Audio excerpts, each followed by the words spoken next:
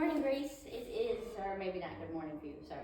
So week 2, day 4, Thursday. We're going to be doing somewhat of a repeat of last time. Not some same, some different. Anyway, go through your normal foam rolling exercises on that. Getting your back, getting your lats, and you can do these afterwards if you want. Depending, I mean, young people, you guys don't have to warm up as much, and so if you like, I don't want you to bring your energy down. If you like get to the gym and you're all raring to go, you can do a lot of the warm ups kind of quickly, however you want to do those. So one thing then you can just even start with is after you're warmed up is the roll back sequence is the one where you get some movement in. So 2 of those, 5 of those, 5 with your feet spread open, and then 5 with you roll up. I don't know if I'm warm enough to do that. So do 5 of those, and then up dog, down dog. Again, you can do these quicker. And it'll get some energy going. And then calf muscles. After that, we're going to do 2 rounds of the mini bands. So 10 one way, 10 the other way. And then you're going to do the banded good mornings. Normally I wouldn't use this big of a rope, but this is what's here. So, feet shoulder width apart. Kind of get that down there. Hopefully you can see me. So 10 of these. And then 10 pull aparts. And then you're gonna do that sequence again.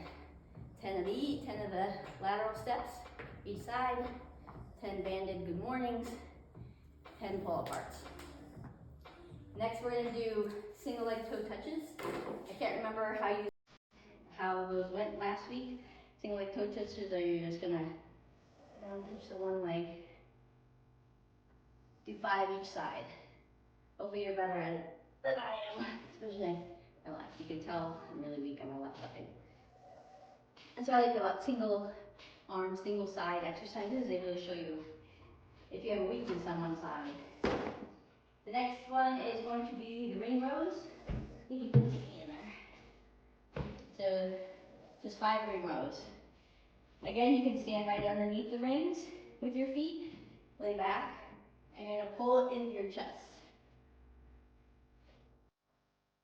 You can walk forward. And so you're leaning farther back, but you're still pulling into your chest. Now don't pull keep it into your chest. The highest you probably would pull here, you can even pull down lower if you want, depending on where the rings are at. But don't pull your face, I don't want you to do that on these. Or have your arms splay out too far, like this. That's really hard. So keep them close. Alright, so you do 5 on each side of the leg raises, 5 ring rows, 5 each side leg raises, 5 ring rows. Alright, next. Sorry, Michael. Noises. Next we're going to work on the banded good morning again. So you're going to take that band. Yeah. No, not band, just regular good morning. So just take a bar, it could be a PVC stick, a long thing, something light. This one is the 15 pounds. So again, in my power position, my feet are shoulder width apart. Just going to put the bar across your back. You can put your hands wherever you feel comfortable. That's not on the good morning, that doesn't really matter. But I do want you to do 3 seconds down, then you gotta go on a pause, and then I want you to accelerate, snap back up, and then 3 seconds down. So 1, 2, 3. You notice how My back is now straight. I should be kind of feeling it engaged in my hamstrings and my glutes. And that's where I'm gonna now squeeze to snap back up. So 1, 2, 3, squeeze and snap back up. So don't round your back when you go down. You're keeping those shoulder blades pinched, like you have a penny in your shoulder blades. Come back, so kind of as a warm up. So your hamstrings should be nice and warm, and your hamstrings is usually what pulls on your back. As people say that they have back aches and such, it's because of the hamstring is pulling on their back. So that's why we warm up the hamstrings quite a bit on the deadlift. So after you do the good mornings, then I want you to do 10 barbell deadlifts. So again, at that 20-pound weight, I think that's what you used before, and hopefully you're that comfortable with it. If you can, raise and it's not so important for this one, but see how these plates are high, so the bar hits me about at my mid-shin. If you can raise the plate, the head of those plates, so when that bar is on the ground, that's where it hits you, that would be ideal. But if not, that's why we keep the bar light, so we don't have to worry about kind of hitting the ground yet. So anyway, back to the barbell deadlifts. I want you to do 10 of them, again at that same tempo. Feet, power position. My hands are right probably at the edge of that knurling, right outside my body here. Get that full grip on the bar, and in fact even pinch your fingers. Okay? And I want you to start up. It's easier to teach and learn a deadlift starting from the top position versus the bottom, because you're going to go down and then you're going to come up basically in reverse. So at the top, what you're going to do is just send your hips back. Okay, see, as I send my hips back, my arms are just hanging here. All my arms are doing is they're pendulum to hold on to the bar. There should be no arm kind of bending and anything in the deadlift. So sending my hips back, but the bar should still just be doing that same path. So as my hips go back, I go until now my shoulders are behind the bar, so my shoulders are in front of the bar. And the bar is kind of hanging mid-body. So now you see the angle of my back, if you look at it. See the angle of my back, okay? After I pendulum down, see, now I'm going to keep that angle of my back the whole rest of the time as I go down. See? And then once it gets to here, that's when I pull back up. So see if you can see that, and I'm doing it just like this. So you're going to send your hips back, and now I'm just basically squatting. And then this is the bottom position of the deadlift. So what I'm going to do, I'm going to reverse. I'm going to squat, stand up through my squat, pushing those quads, using my butt muscles to push the feet into the floor. See, the angle of my back is still the same until I get above my knees. Now I can start standing up, keeping that bar close to my body, and stand up. So go down 1, 2, 3. So this is the way you should be down here. Now I do want to have you then stand up more quickly. If you have the first couple ones, you want to sit there and watch yourself in the mirror, making sure you have that good back position. You can do that. But eventually I want you to do just 10 of these. So hopefully that tutorial is pretty good. Some of the things you don't want to do, obviously your hands too close or your hands too far. When you are down in the bottom position to start the deadlift, some people feel like they have to stand up, and they start using I don't know what muscle they use, but we call this a stripper butt. You pull up with your butt first, and then you stand up. That's what's going to hurt your back, because if you have your shoulders pinched back and you're keeping that lumbar angle the same when you're coming up, you're using your entire back, your whole posterior chain. Whereas here, once you start coming up with your legs, now I'm just using my back to stand up, and that's where people hurt their backs. So Again, do not do the stripper butt. Make sure you, and one of the things you can do is make sure you keep your chest up. Think about keeping my chest up. And raise my chest and bring it up. Okay? So let's do 10 of those. Again, for another good warm up. After that, for a little bit different feel, I want you to do a banded good morning. Do a banded, I don't know if you can see this, on your bar. It can be that 20-pound bar. Take a band. It can be this black one. It could be just the red one. My red one's hanging up, but just use the red one.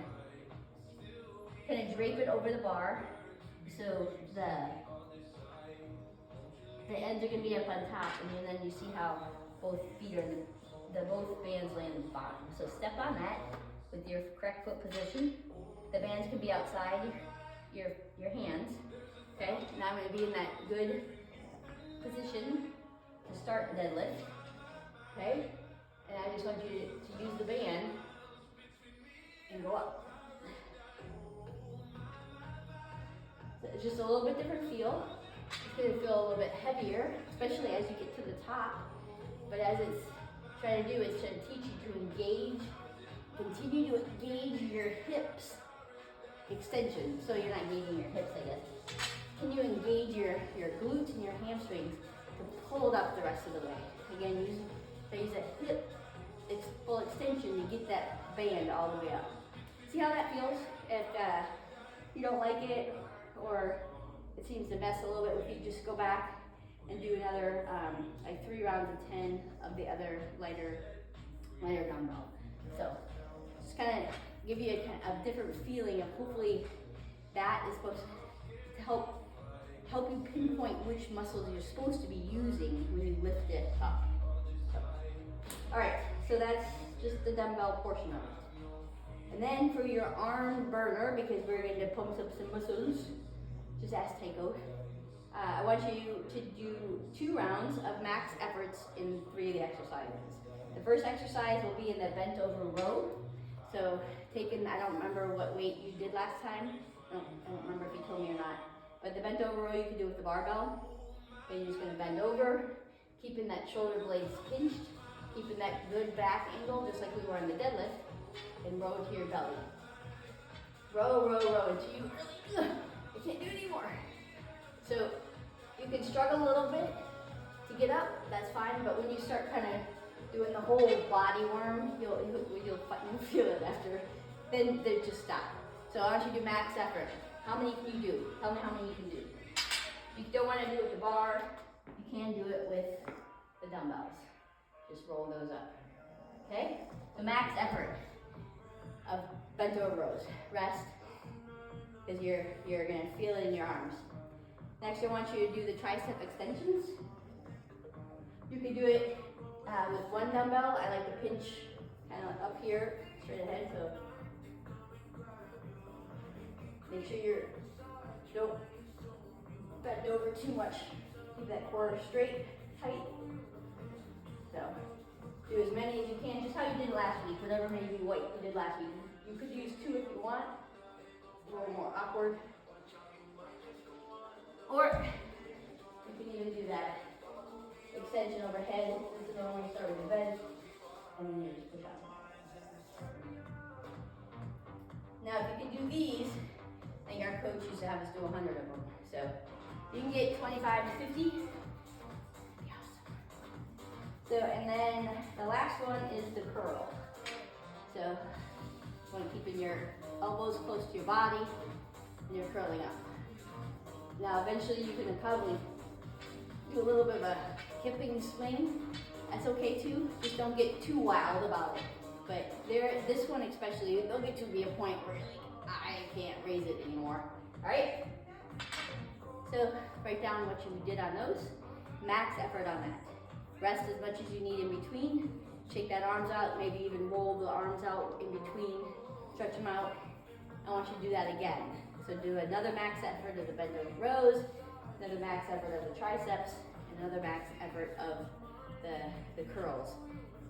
It's not gonna be fun. They are gonna burn, but just think about you're activating all those muscles. You're getting individual muscles that'll help then with the full body workouts that you do. Most of the time you won't be able to get as many on the second round as the first round. Don't be discouraged because your muscles have basically worked it all out.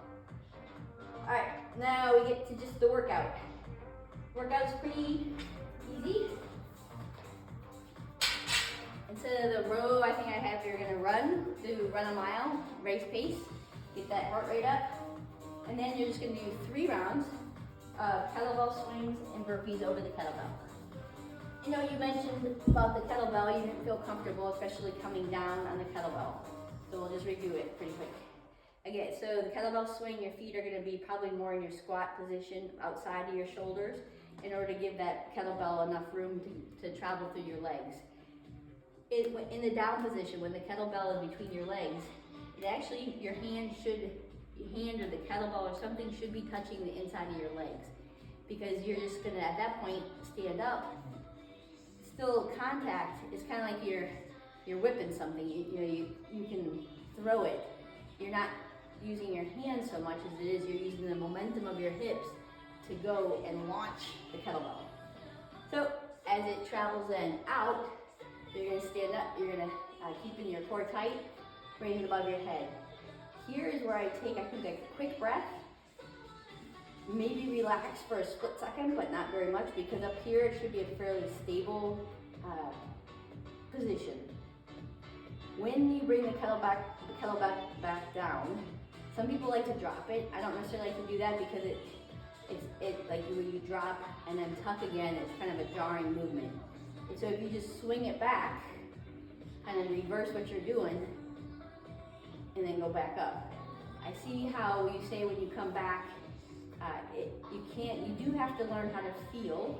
When you're bringing it back down, I think I almost roll back on my heels just a little bit to offset the weight. So there's like a counterweight of the kettlebell out there. You're offsetting the weight by coming back a little bit. And then when you catch it on here, you're back up. So I know that a lot of my first or second swing, it can always be like, whoa, until you figure out where that weight balance is. So don't be afraid, like when you pick up a heavy one and the first one, you're like, oh, that didn't feel very good. Try 1 or 2 more, see if you can feel the counterbalance of the weight. So,